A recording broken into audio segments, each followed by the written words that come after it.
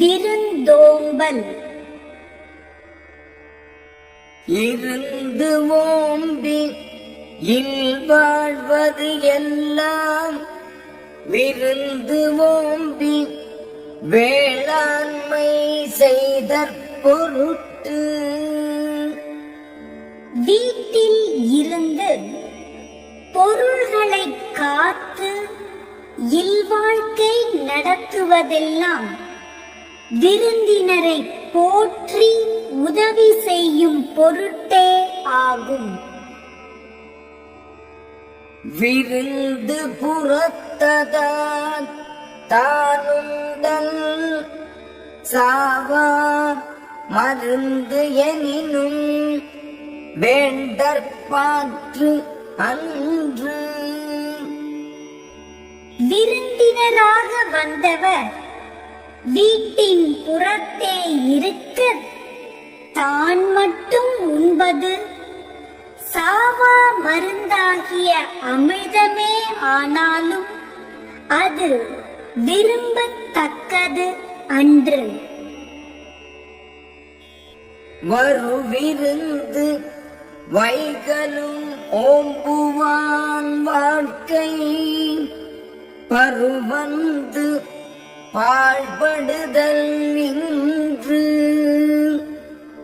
தன்னை நோக்கி வரும் விருந்தினரை நாள்தோறும் போற்றுகின்றவனுடைய வாழ்க்கை துன்பத்தால் வருந்தி கெட்டுப் போவதில்லை. அகன் அமர்ந்து செய்யாள் உறையும் முகன் அமர்ந்து நல்விருந்து ஓம்புவான்.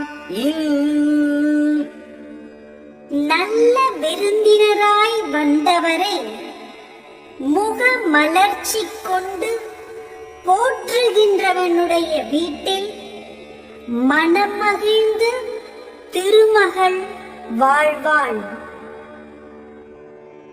வித்தும் இடல் வேண்டும் கொல்லோ விருந்து ஓம்பி நிச்சில் மிசைவான் புலம். விருந்தினரை முன்னே போற்றி உணவளித்து மிஞ்சிய உணவை உண்டு வாழ்கின்றவனுடைய நிலத்தில் விதையும் விதைக்க வேண்டுமோ?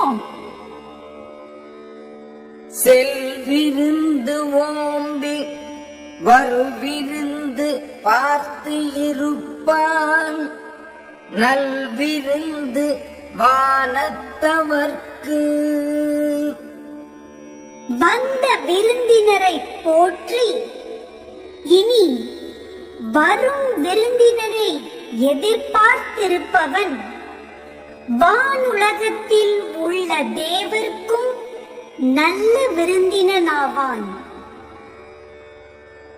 இணை துணைத்து என்பது ஒன்று இல்லை விருந்தின் துணை துணை வேள்வி பயன்.